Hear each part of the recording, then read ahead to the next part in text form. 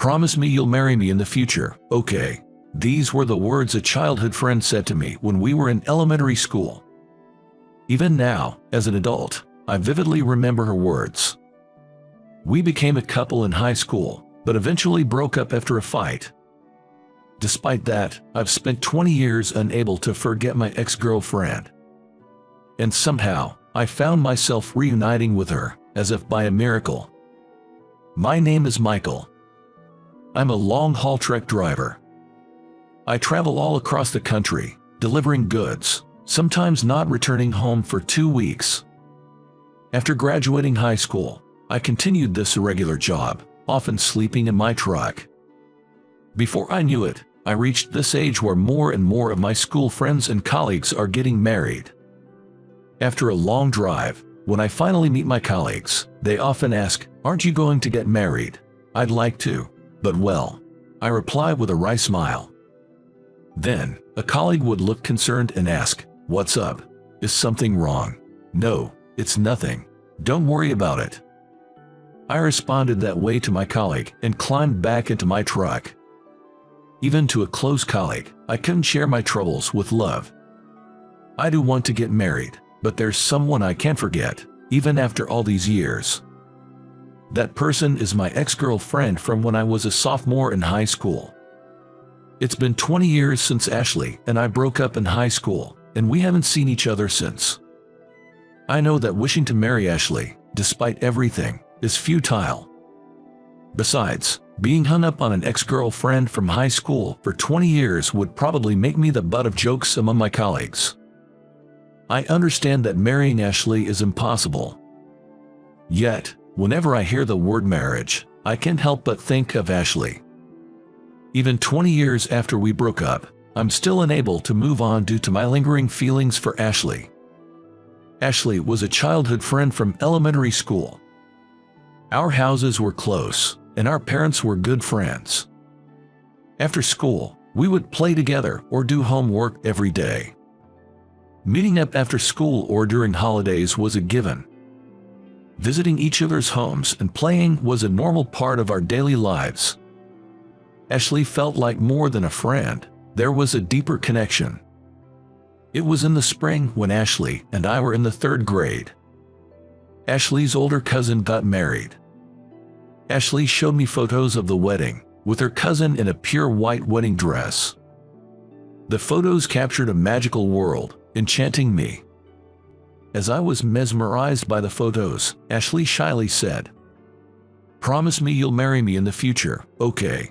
I involuntarily swallowed at Ashley's words. Just imagining Ashley in a beautiful wedding dress made my heart race. Surprised and nervous, I couldn't find the words to respond.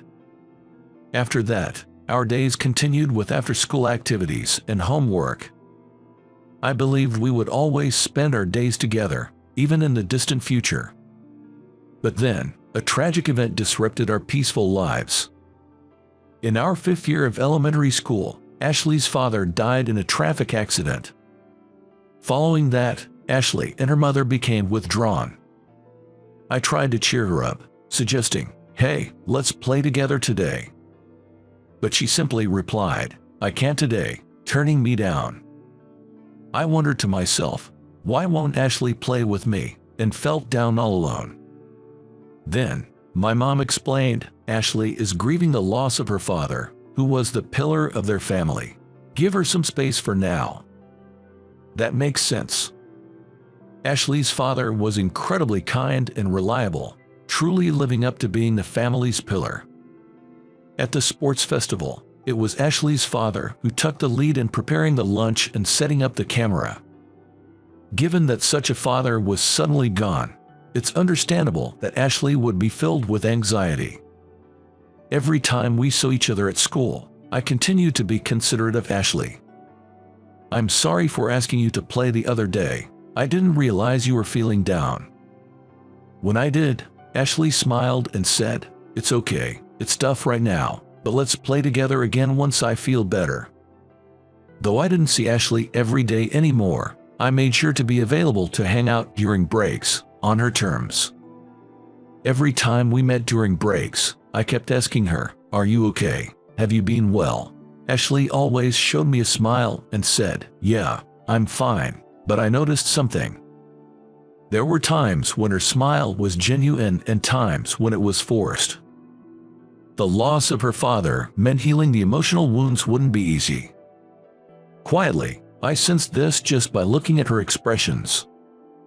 Eventually, Ashley and I attended the same middle and high school. Waiting for the right moment when Ashley's feelings had settled, I told her that I liked her in our sophomore year of high school. She was a significant presence in my life, whom I had loved from afar for years and watched go through hard times after her father's passing. When Ashley and I started dating, I was overjoyed, feeling like I was on top of the world. Ashley laughed happily, saying, "I never imagined I would actually date Michael." "Me neither. It feels like a dream to be dating you," I replied with a smile.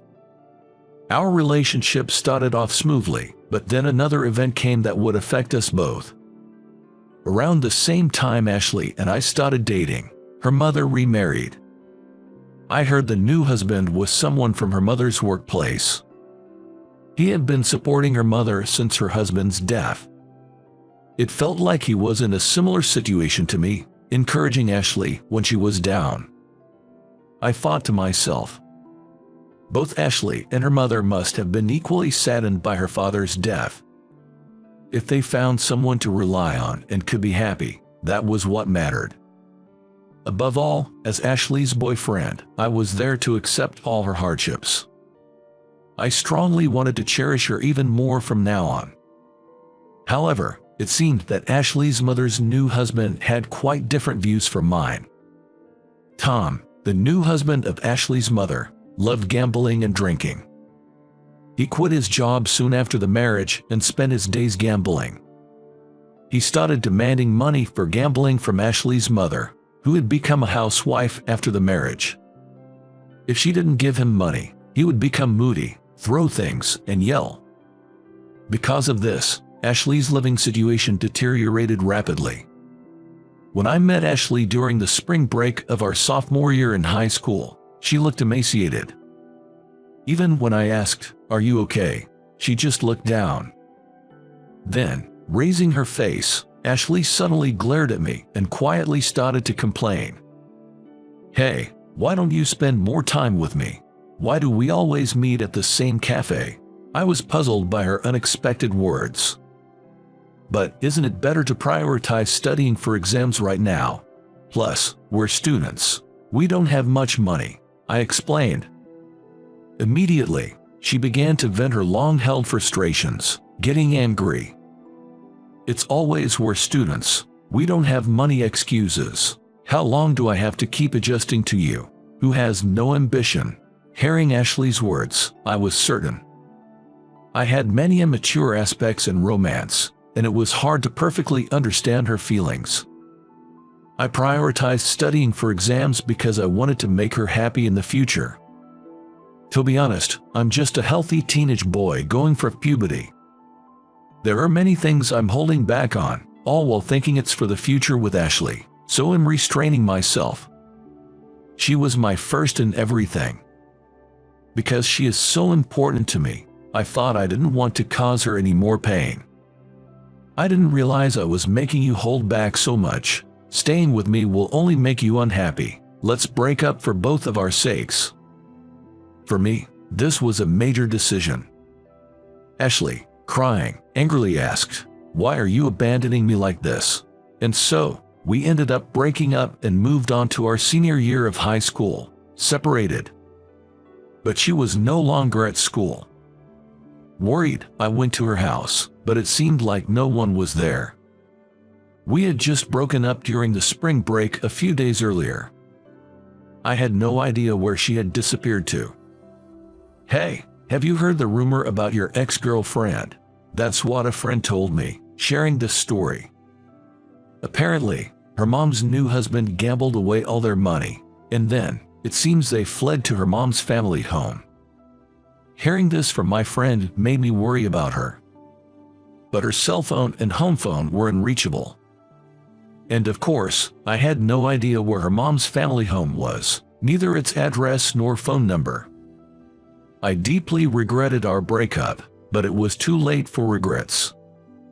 After graduating high school with a heavy heart, I threw myself into my current job. One day, a colleague invited me out for drinks for the first time in years. I don't usually go out drinking, but this time, I made an exception for my colleague's birthday celebration. It was a Friday, and the downtown area was bustling with people. Suddenly, I noticed a woman, shivering like a puppy, holding a menu at a bar. Despite it being November, she was trembling in just a short-sleeved shirt. I thought she seemed to be in trouble, and I took a closer look at the woman, only to realize she was my ex-girlfriend from 20 years ago. The moment I recognized her, I rushed over to her without looking away. My colleagues, wondering what was going on, followed me, asking, "What's up?" Ashley, right. Long time no see." My voice trembled, thinking it might be a mistake. She widened her eyes and said, "Michael, really? You know her? Let's not stand around talking. Let's go into this bar." Cheerfully, my colleagues headed into the bar where she worked. We rode the elevator in silence, feeling awkward until we were seated. Poking fun at me, my colleagues asked, "So, what's the deal with her? Just an acquaintance, or something more?" They laughed. In a quiet voice, contrary to my colleagues' teasing, I said, "She's an ex-girlfriend from 20 years ago." At that moment, my colleagues froze. "What, 20 years ago? How old were you then? Now it's awkward for us too. You should have said something before we entered. You guys were the ones who rushed in before I could explain." As I was exasperated with my colleagues, Ashley came over to take our order. "Have you decided on your order?" In a flurry, one colleague said, "Then, let's have one beef burger set. I'll have a pint and beef stew." This guy will have the beef burger set and a cocktail. He ordered for me as well. There's no need to decide for me. "Well, we feel more awkward about it," my colleagues admitted. Ashley chuckled and said, "It's all in the past, don't worry about it," and after taking our order, she came back to our table. "Today's a Friday, but it's quieter than usual, so consider this special." Then, Ashley shared the reasons behind our breakup and why we hadn't seen each other for 20 years. Indeed, it was just as my friend had said. Her mom's new husband, an unemployed gambler, demanded money from her mom daily. Eventually, when her mom's savings ran out, she had been saying this to Ashley for a while. "Someday, while he's asleep, let's run away." It seems they were secretly packing their belongings to escape from her stepfather. "Breaking up with you was becoming inevitable, and it truly hurt. I wished you would hate me, so I said terrible things," she confessed, tears streaming down her face, as I silently hugged her. My colleagues, surprised yet listening intently, stayed quiet. "If breaking up was hard for you, you should have just told me that." But I couldn't be honest about my feelings. I couldn't leave my mom behind either. I was still a child, unable to make proper decisions. "I'm sorry for saying things that hurt you," she replied. From that day, we began seeing each other again. Back then, I couldn't stand up to him because he was taking all the money, and I wanted to help my crying mom. Choosing between my boyfriend and my parent was an ultimate decision for me. She said with a bitter smile, "Is your mom okay now?" "Yeah, it took time, but things have finally settled down recently." "Then, let's prioritize our time together from now on. You've put your parents first until now. It's time to reclaim the time lost as a couple." She was shocked. "After 20 years, getting back together, are you sure about me? For 20 years, there hasn't been a single day I haven't thought about you. I honestly didn't think I could ever find someone I loved as much. Will you date me again?" She nodded silently, tears flowing. After overcoming 20 years, we restarted our relationship. This time, I hope to cherish her, considering marriage. Until now, we've both prioritized our families and careers for a long time. That's why I'm hoping we can start to prioritize our time together more. The fact that the marriage I had almost given up on with my girlfriend is now drawing closer brings me immense joy. Even after we parted ways, I couldn't let go, and I'm still working hard today with the goal of marrying her in mind.